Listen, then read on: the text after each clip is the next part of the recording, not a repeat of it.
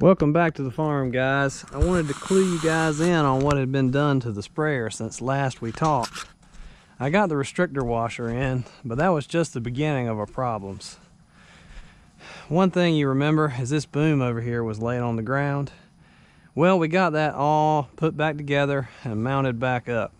All this hardware's new, and we had to abandon our old bolt system that was holding the return spring on with Ready Rod, because we ended up putting this brace in the wrong spot.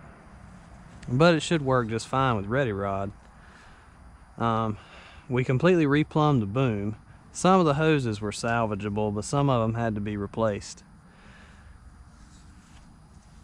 And if you look over here, we put on a new Easy Fill. This one is kind of it never really worked right, and the previous owner had put this one on.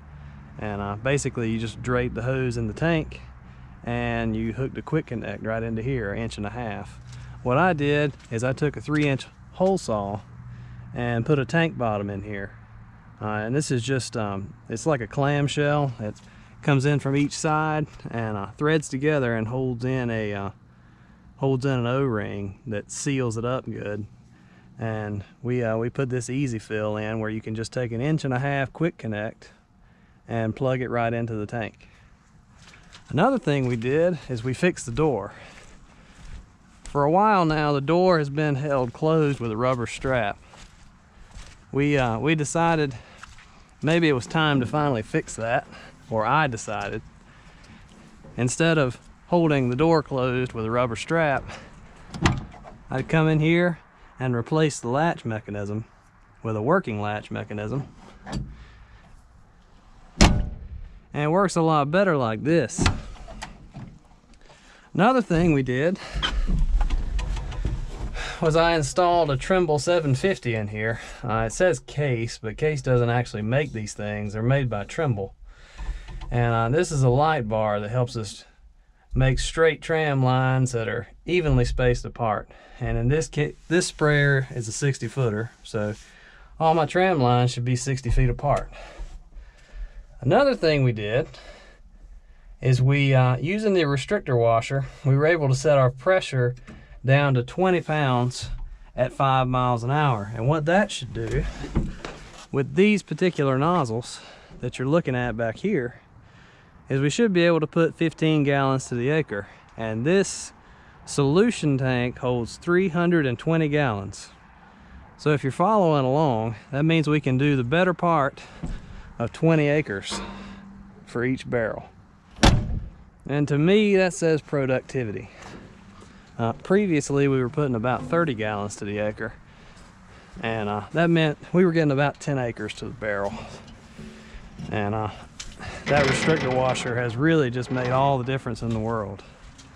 Another thing we touched on was screening. Before, we had screens on the back, and they had to be, there was no way to know whether they were plugged or not. They were up on this this top part of the boom here. They were mounted with zip ties, and there was 3 of them, 1 for each section. The center section had a screen, the section down at the far end had a screen, and the section over here had a screen. And that worked fine, but you had no way of knowing whether or not they were clogged, because the pressure would not drop based on how blocked they were. In fact, the pressure would increase. So what I did is I completely did away with those screens and put this in. This is an oversized inline screen. It's designed for 1.25 inches, but it's running 1-inch pipe. And what it's doing is it's taking the output from that centrifugal pump and it's screening it before it gets to the gauge and before it gets to the boom. And so that's going to give us filtering for the nozzles, and it's going to prevent them from getting blocked up. But we're going to know when the screen starts blocking up, because it's before you get to the gauge. One thing you never want to do when you're putting inline screens in is put it ahead of the pump, which in this case would be this pipe right here, the larger pipe. And what would happen in that case is you would starve the pump for water. And centrifugal pumps are a little bit prone to cavitation damage, which is when you're actually creating such a low pressure that the water is actually boiling inside the pump, and it's actually going to wear away at the impeller inside this pump. So you never want to have your pump starve for water. And how you combat that is you put your screen on the output instead of the input. Another thing we did, you guys don't remember this, but there were grease fittings in here, because that grease fittings are 1/8 inch pipe thread, or they certainly can be. They aren't always 1/8 inch pipe thread. But what I did is I took the grease fittings out, because that's not the appropriate thing to have in a pump, because you definitely don't want grease in here. What we did, I got a plug, a brass plug. You want brass instead of steel, because this thing pumps corrosive, salty liquids, and steel just would not work for that. You'd end up with oxidation, and it would be a disaster. What we did, put a brass plug in here, and I put a little radiator drain valve in the bottom. And the reason for that is because these centrifugal pumps are not self-priming. They'll spin in here forever without ever pumping any water if you run them dry.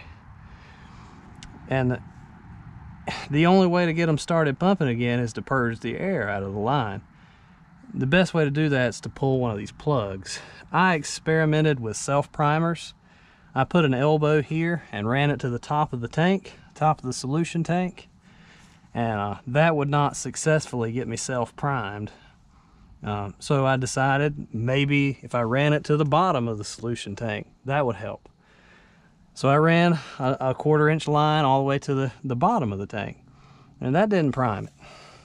So what I did is I abandoned the self-priming altogether and just made it easier for me to prime it on the pump. So what you'll do is you'll start filling the solution tank, and you're gonna open this line up. Water's gonna come out. The pump's gonna be running, by the way.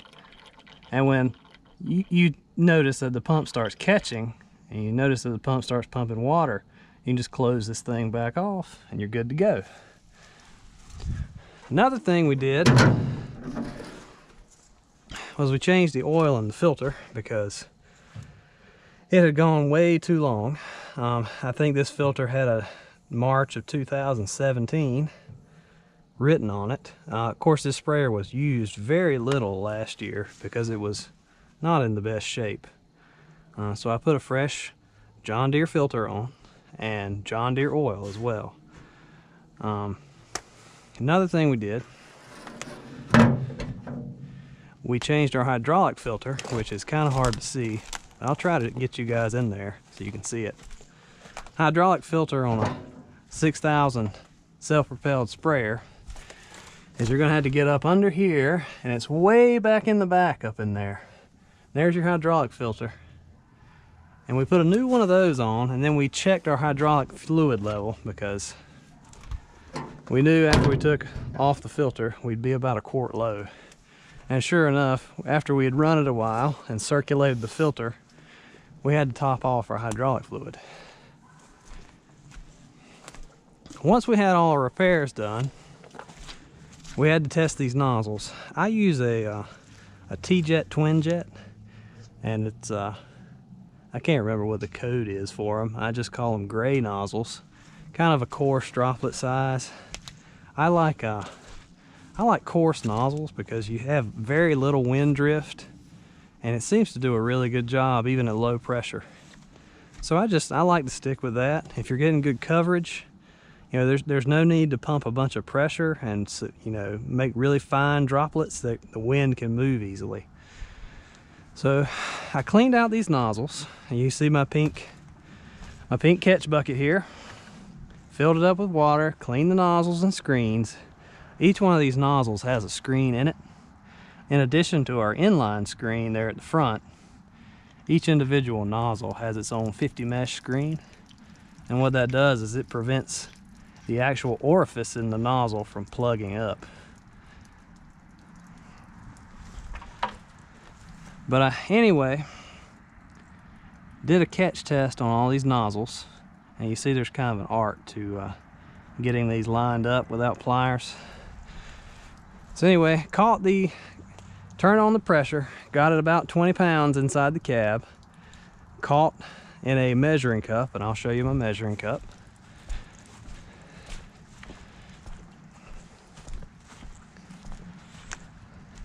You definitely want to, if you're doing much spraying, you want to invest in a good quality measuring cup that can measure down to the ounces. Like this one can get within 1 ounce, especially on the bottom. And what we did, for about 10 seconds, pick a nozzle every so often along the boom and not too close to the supply. I mean, it should be the same, but if you get too close to the supply, like this manifold here, this is our main supply line, main trunk line. It stands to reason that the nozzle's closer to it could possibly be an ounce or two off from the lines way down at the end. So I try to choose nozzles that don't have any irregularities, and just go and catch it every so often, and then count the number of ounces you catch in about 10 seconds. And there's a way you can calibrate it like this mathematically, based on ground speed, nozzle spacing. But what we're doing in this case is just comparing. We want to make sure that if we catch 8 ounces in one nozzle, we want to catch 8 ounces in all the nozzles, like every single one. We don't want to have some at 12 and some at 4. We want to have at least within 1 ounce of having all nozzles doing the same thing at the same pressure. And another thing with this catch test is you get to see how quickly are your nozzles going to stop up with whatever was left in that tank over the winter. I was spraying a fungicide at the end of the year last year on soybeans. It didn't do much good, but I was spraying it, and it was a little bit, it had a tendency to fall out of solution, and it took me a while to purge that out of the system. I had to keep pulling these nozzles off and cleaning them. But once I got it all clean, they all put about 8 ounces, and 8 ounces is a good amount of water to catch in 10 seconds. In fact, that's about 48 ounces in a minute, and that's about what these nozzles are rated for at 20 psi. I understand, there's a lot of metric guys out there that the units I'm using are a little bit antiquated, but this is what we use over in the States. And but anyway, I got this thing all calibrated, and I spent a little time familiarizing myself with the 750.